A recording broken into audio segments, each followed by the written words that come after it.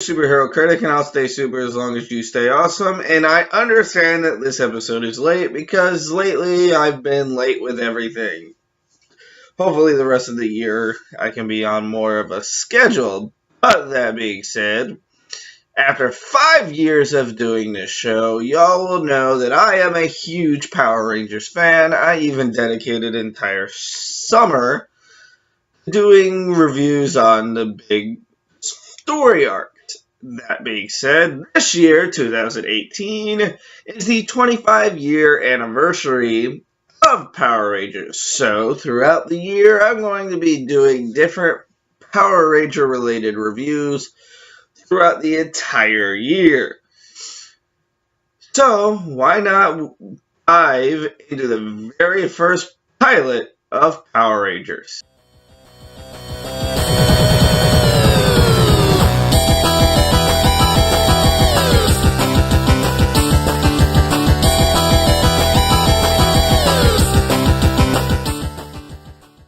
Our 21-minute special actually starts with a 7-minute telling of the show and aired on May 22nd, 1999. The special is hosted by Walter Jones and Austin St. John.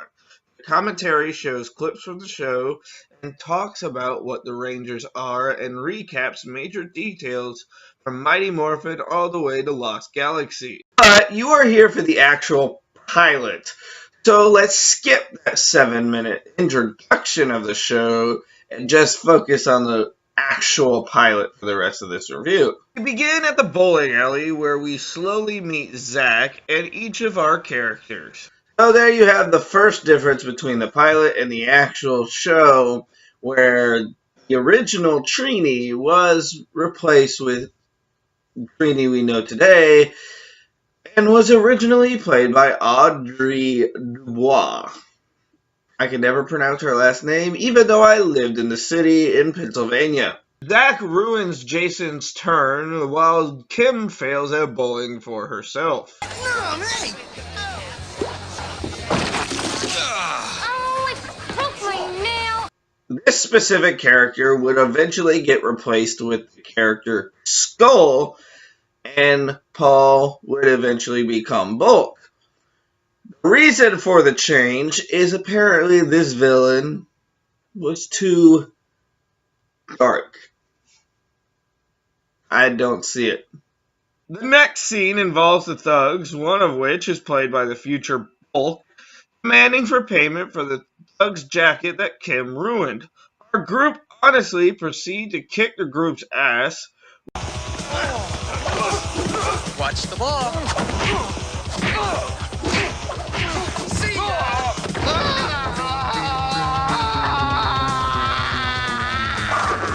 Which is 100% out of character because the kids in the real show never went out of their way to purposely hurt Bulk or Skull.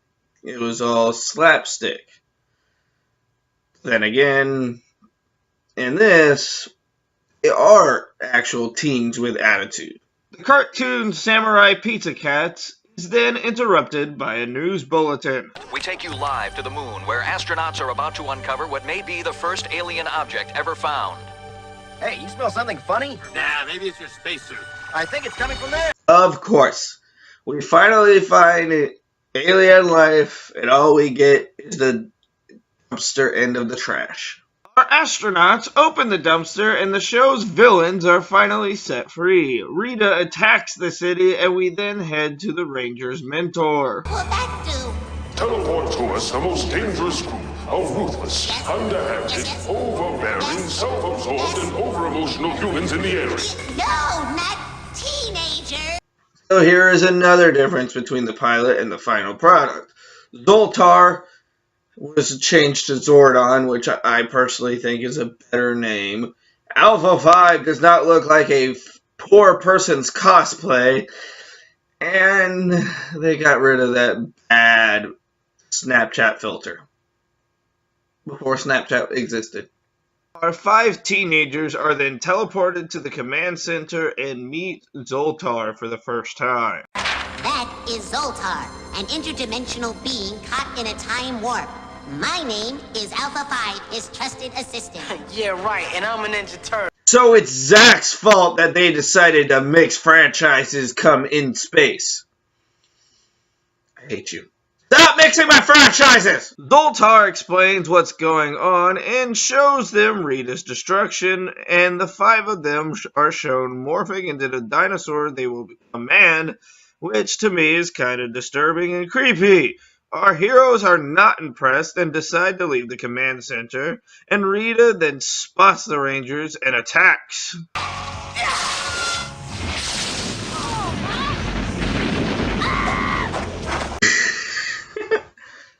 God, Kimberly's scream is hilarious. Say it again. And again. One more time. Okay, I'm done. Our heroes try to defend themselves, but are no match for the putties, and eventually they morph. The morphing sequence is different than the one that has become popular, and actually uses the Sentai footage placed behind the American actors. The Rangers are then teleported to the city and fight off the putties. Rita makes her monsters grow, so we get the Zord morphing scene to our final fight. Alright, wait a second. I need you to rewind it back and go back to right before Rita throws her staff. How it goes when Fly Guy grows! I knew it.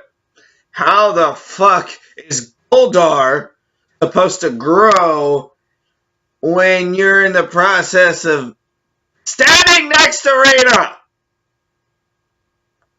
This is why things were reshot. Our fight goes like a typical Rangers fight, with the Rangers succeeding. The pilot ends with the Rangers questioning whether or not they succeeded or not, and Zoltar lists off the reasons the team will succeed, and they agree to be his Rangers.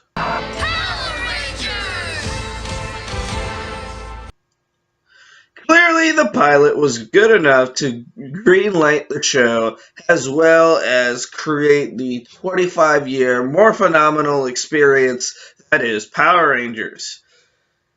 That being said, a week ago, I posted a poll on Twitter saying, hey, I want to take a look at some of the spin-offs from this series, and the winner is Masked Rider. That being said, join me next week and we'll take a look at the first 2 episodes of Masked Rider.